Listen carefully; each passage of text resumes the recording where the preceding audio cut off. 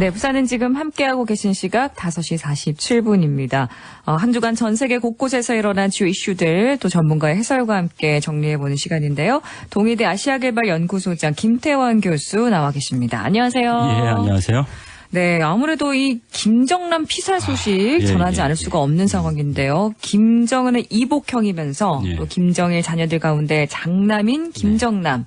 말레이시아 쿠알라룸푸르 공항에서 신원미상의 두 여인에 의해서 독살됐다 이런 보도가 있었습니다. 우리 정부에서도 지금 사실관계를 파악하고 또 대책을 강구하기 위해서 오늘 오전에 또 대통령 권한대행 주재로 국가안전보장회의를 개최하기도 했는데요. 이 소식을 좀 자세하게 전해주시죠. 예. 현지 시간으로 13일 오전 9시경에 말레이시아의 수도 쿠알라룸푸르 국제공항에서 마카오행 비행기를 기다리다가 신원미상의 여성 2명에게 독침 공격을 받고 사망했다고 어제 국내에 보도가 되었었는데요. 근데 워낙 사안이 중대하고 또 갑작스러워서 아직까지도 모두가 공유하는 정확한 사실관계가 벌써 이틀이 지났는데도 일반 사건에 비해서는 좀 더디게 전해지고 있는 형편이고요. 어제까지는 사람들이 많이 오가는 공항 청사에서 여성 2명이 독침 공격을 받고 사망했다는 보도가 주류를 이루었었는데 오늘은 말레이시아 현지의 범죄조사국 부국장의 말을 인용해서 김정남이 공항에서 비행기를 탑승하기 위해서 키오스크, 그러니까 국제공항에 가보시면 체크인 데스크가 줄이 워낙 길다 보니까 요즘에는 무인 탑승 수속을 할 수 있는 자판기만한 기계가 다 설치돼 있어요. 그 키오스크를 이용할 때 여성 2명이 뒤에서 김정남을 잡고 얼굴에 독이 함유된 액체를 뿌렸다는 연합뉴스 보도가 있었는데요.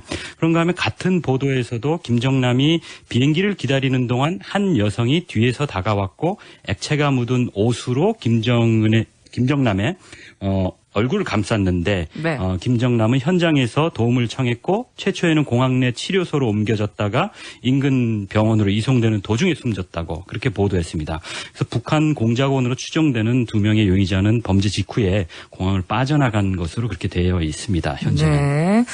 정말 첩보 영화의 한 암살 장면에 떠오를 만큼 극적이고 좀 충격적인 사실인데 김정남이 사실 그동안 뭐 북한의 김정은 정권에 대해서 우호적이지 않았다는 것은 많이 알려진 사실인데 왜 하필 이 시점에서 북한이 김정남을 타겟으로 삼은 건지 그 이유가 좀 궁금하네요. 예. 암살 동기에 대해서는 뭐 이미 많은 분석들이 나와서 여기서는 좀 약하기로 하고요. 아직까지 별로 언급되지 않은 동기에 관해서 제가 말씀드리자면 아무래도 북한의 정권 내부 상황이 상당히 긴박하게 돌아가고 있기 때문이 아닐까 그렇게 저는 생각을 해봅니다. 제가 볼 때는 김정남이 3대 세습 정권에 대해서 비판적이었다는 사실은 이미 잘 알려져 있고요. 최근에는 오히려 언론에 노출되지 않고 활동을 좀 자제하면서 오히려 은둔해 있었던 상태거든요. 그래서 오히려 지금 암살하는 것은 국제사회에 오히려 김정남의 존재를 홍보하고 또 고모부 장성택 처형에 이은 김정은의 반인륜적인 행태를 더 부각시키는 모양이 되기 때문에 북한 입장에서도 좋은 모양이 아니거든요. 그래서 지금 북한이 당면한 최대 국가 목표는 미국과 국제사회로부터 핵보유국의 지위를 인정받는 것이고 그 핵보유국으로서 한국과 국제사회를 상대하겠다는 거거든요. 그러기 위해서 지금까지도 끊임없이 핵무기와 그 운반 수단인 미사일 보유 능력과 의지를 국제사회에 보여주려고 하는 거고 그런 차원에서 지난 12일에 전격적인 미사일 발사도 이루어진 것인데 더구나 이번에는 그 고체 연료를 사용해서 더 국제사회에서 우려를 많이 하고 있거든요. 그런데 그 발사 하루 만인 13일에 김정남을 암살한다는 것은 오히려 국제사회의 이목을 분산시킬 수 있기 때문에 좀 상식적으로는 북한의 이득이 된다고 보기 어렵습니다. 그래서 비합리적이라고 볼 수밖에 없는데 그런 면에서 북한 정권 내부에 피치 못할 사정들이 있다고밖에 볼 수가 없는 겁니다. 상식적으로는 이 시점에서 그런 행동을 하는 게 비합리적이다라고 하셨는데. 그렇죠. 이득이 하득 되지 않죠. 그러네요. 근데 이 문제가 국제적으로는 이제 앞으로 어떤 영향이 있을까? 또 교수님도 국제정치 전문가시니까 이 부분 좀 자세하게 좀 해주실 말씀이 있을 것 같아요. 사실 한 국가에서 외국인이 연루된 범죄가 발생하면 그 상황 자체가 현지에 주재하는 외교 당국에 먼저 통보됩니다. 그래서 외교 문제가 되는 거거든요. 근데 그것이 살인 사건이면 더더욱 큰 문제가 되는 거고요. 살해 용의자가 그 정부와 관련이 있다면 문제는 더 커지죠. 주권 침해 문제가 되기 때문이거든요. 그래서 우선 말레이시아라는 국가는 남북한과 동시에 수교하고 있는 나라입니다. 네. 그래서 뭐 공식적으로는 남북한 사이에서 이렇게 동등하게 남북한을 대한다고 하는데 김정남 암살이 북한의 소행으로 수사를 만일에 말레이시아 당국이 결론을 내리면 네. 주권 침해가 명백하기 때문에 어떤 형식으로든 말레이시아는 북한의 사과와 재발 방지를 약속받으려고 할 거고 북한은 북한 정부와 전혀 관련이 없는 거라고 발뺌을 할 것입니다. 그 가운데서 아무래도 양국 간의 정치 외교적인 타협점을 찾을 때까지는 좀 갈등이 불가피할 거로 보이는데요. 네. 물론 북한과 말레이시아가 이번 사건에 대해서 미리서 비밀 어떤 합의가 있었을 가능성도 국제 관계에서는 배제할 수 있지는 않습니다. 네.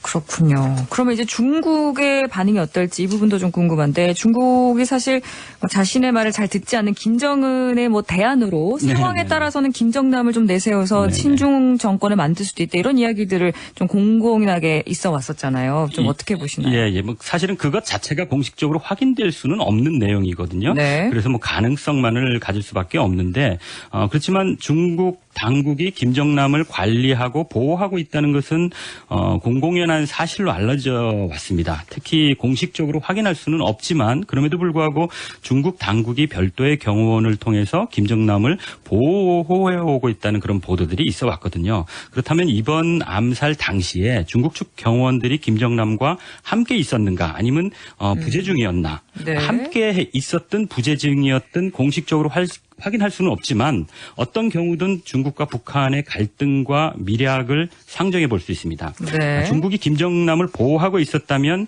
북한이 물리력으로 이것을 무력하게 해서 했다는 얘기이기 때문에 중국에 대한 도전이 되고요. 네. 이를 막지 못한 중국의 체면은 손상된 겁니다. 그래서 중국 내부에서도 김정남 경호를 담당한 부서가 아무래도 책임이 있을 것 같고요.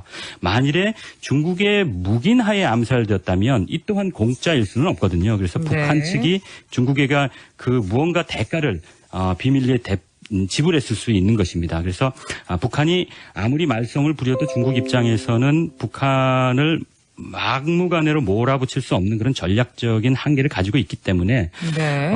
충분히 가능한 시나리오라고 생각을 하고요. 어쨌든 각 국가 간에서는 뭐 서로 자국의 이익을 최우선으로 하기 때문에 이러한 일들이 뭐 어떤 경우든지 하등 이상할 것은 없는 그런 형국입니다. 사실 네. 예를 들자면 트럼프 신임 정부와 우호적인 관계를 맺고자 하는 러시아 측이 최근에 미국의 스노든을 인도할 의향이 있다고 타진한 외신이 있었거든요. 네. 사실 스노든은 미국 정부 당국이 심지어 동맹국의 정상들까지라도 불법 도청하고 있다는 사실을 폭로해서 네. 미국으로부터는 반역자로 지목됐거든요. 그래서 네. 사실은 실질적인 망명이죠. 러시아에 보호를 요청하면서 러시아에 입국했는데 이제 와서 잘 보호하다가 러시아가 스노든의 의지에 반해서 미국으로 인도한다면 이건 뭐 인권 문제이기도 하고 상당히 도의적으로 말이 안 될 것 같지만 국가 간의 관계에서는 이런 일들이 흔하게 네. 있을 수 있는 일입니다. 그렇군요. 좀 복잡하게 얽혀있지만 좀 정확한 상황 들어오는 대로 또 다음 시간에 자세하게 네. 또 이야기 나눠보겠습니다. 오늘 여기까지 듣겠습니다. 감사합니다. 네, 감사합니다. 네, 부산은 지금 저희는 내일 오후 5시 10분에 다시 찾아뵙겠습니다. 지금까지 아나운서 이지연이었습니다. 함께해 주신 여러분 고맙습니다.